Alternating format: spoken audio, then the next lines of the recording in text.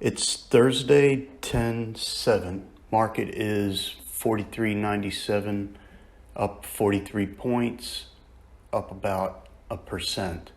Pre-market volume is 246 over the average of 310, overnight range of 43.50. So a little bit of compression here on both of those, the volume and the range. Looking at the VIX, so the VIX has come off. It's kind of gotten below this upper register, at least currently it is. It's at 20.03, down almost 4.5 or 4.6%. And just kind of looking at the market over here, we had September as an outside month down, and currently October held or broke right below September's low and now has come back in. And we're gonna take a look at the overnight in a minute, but just of note, the last time we had one of these outside bars, the market destroyed it, went straight up all, for months. And that is kind of been the case where the market is buying these heavy dips. So we'll see if that continues.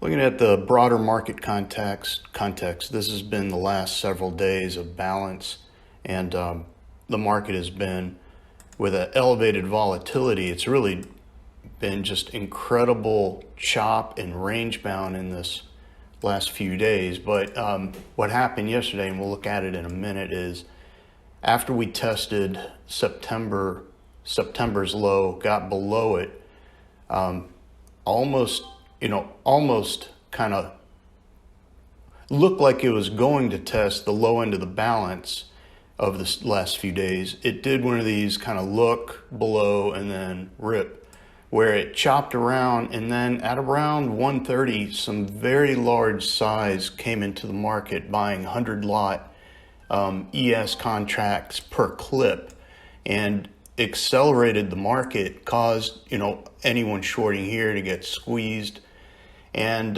brought it back to the top. Well, I'd call it the sort of the middle of the top range of this longer area balance, if you include the prior few days of it. And now we're at this turning point potentially where the gap that was created a little while ago could potentially get filled, because in the overnight, we'll look at in a second, this huge volume void here has been traced through. We're now trading near the overnight high, and the first target is the gap low from last Tuesday, maybe even 2 weeks ago. No, a week ago, and Monday's gap high. So if we continue above the overnight high, the expectation would be to at least attempt to fill the gap, and look to see if we can get back into some of this upper area of where the market was previously and get acceptance up there.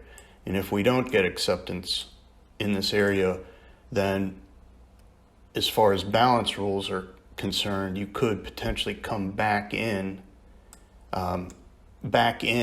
If you come back in, you could potentially trade the entire range of the other balance area. So we'll see how that plays out.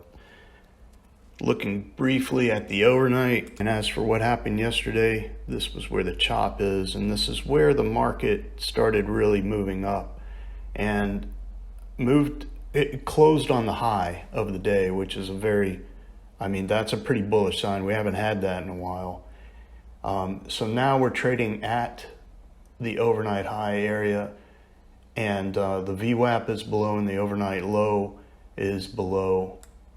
It's the overnight low is actually the day's high from yesterday, because that's where it opened basically and just went up. So the context for today coming in is it could be a day where we break the high, go test the gap early and fail, and come back in to test VWAP and chop.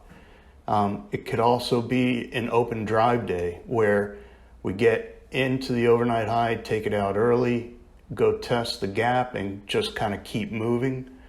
Or it could be one of these days where you fade the overnight high, it doesn't test the gap, and we come back down. So a lot going on today. We'll see how it plays out.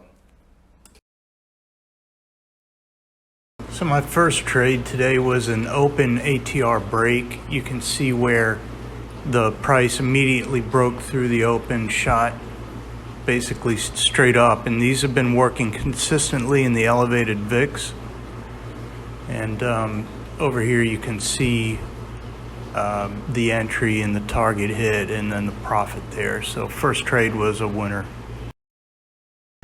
Here you can see that the ticks are well above zero all morning. Advanced declines going up left to right. And I entered a B trade. B broke A's high almost immediately. So I took it for a scalp. I think I made $100 on it, maybe a little less. And then my thought was if it comes back down with a 10.05 trade, I was not going to take the 10.05 because of the elevated just everything being very positive in market direction pushing upward. I didn't really want to fade that momentum yet. So I was interested in trying to get long again. So I had my my contract sitting close to the A's high right here. And I mean, the market was so strong, I couldn't even get it back down to take a long at A's high. So that was it. And then later in the day, I got off plan, which I sometimes have a bad habit of doing, and didn't execute well, gave back some money.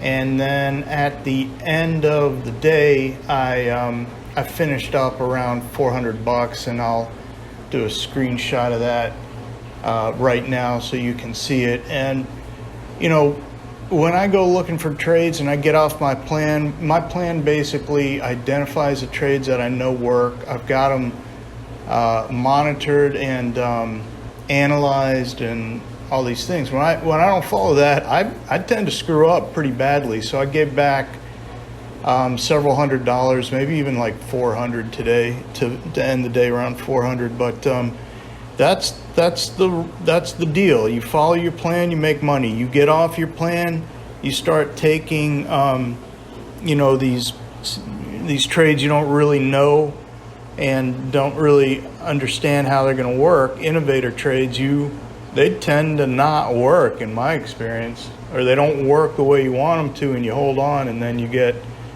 buried. So anyway, live and learn and just follow your plan, you'll do fine. So thank you very much for watching. I hope you enjoyed this short one, and please like and subscribe.